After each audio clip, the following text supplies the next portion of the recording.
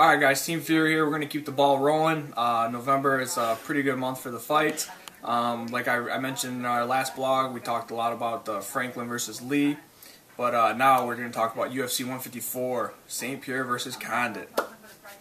That's a good one. It's November 17th, and let's get right to it. Let's talk about Carlos Condit versus George St. Pierre. Condit's at plus 285, and St. Pierre is at minus 345.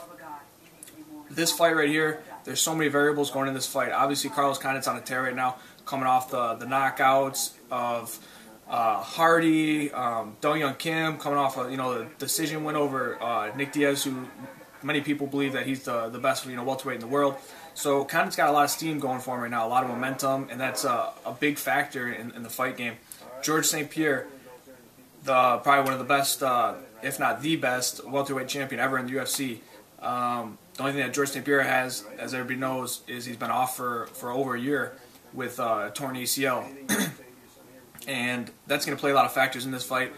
George says that he's back 100% from this, mentally, physically, and that he's ready for this fight. I believe a in-shape, ready George St. Pierre will beat Carlos Condit. I believe his wrestling, I believe his technical stand-up, and his jiu-jitsu defense, and even George's jiu-jitsu will be able to weather Carlos Condit. I don't believe George will be able to finish Carlos Condit.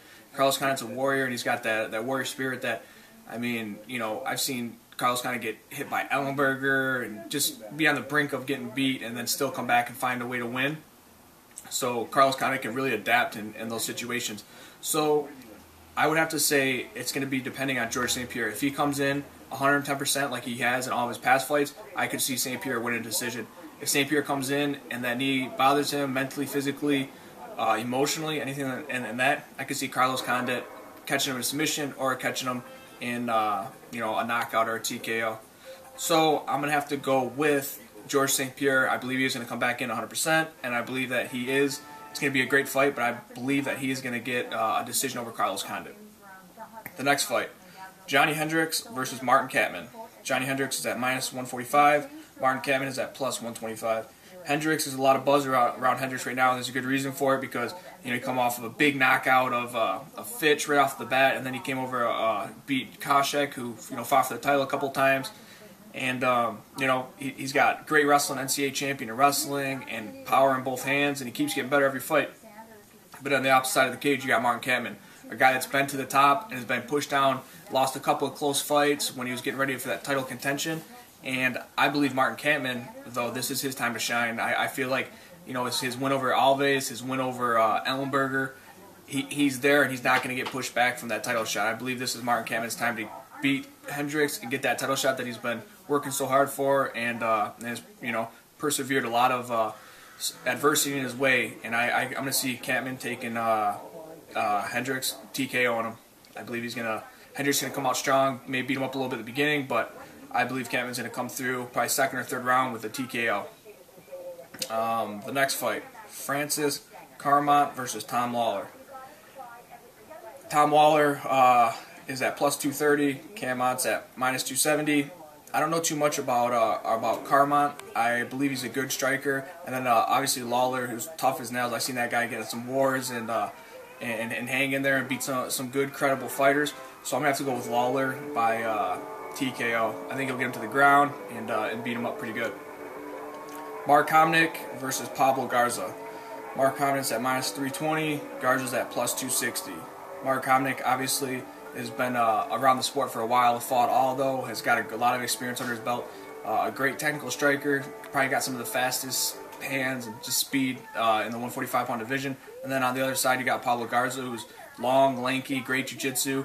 And, has been known to catch people in some knees. He's got, with his long body, beat people up like that. But I can see Hominick, depending on which Hominick shows up, I can see Hominick, piecing him up on the feet and Garza not being able to get the takedown, and Garza trying to, get him in the guard, but Hominick just keeping on the feet and winning the decision. So I'm going to have to go with Hominick on that one.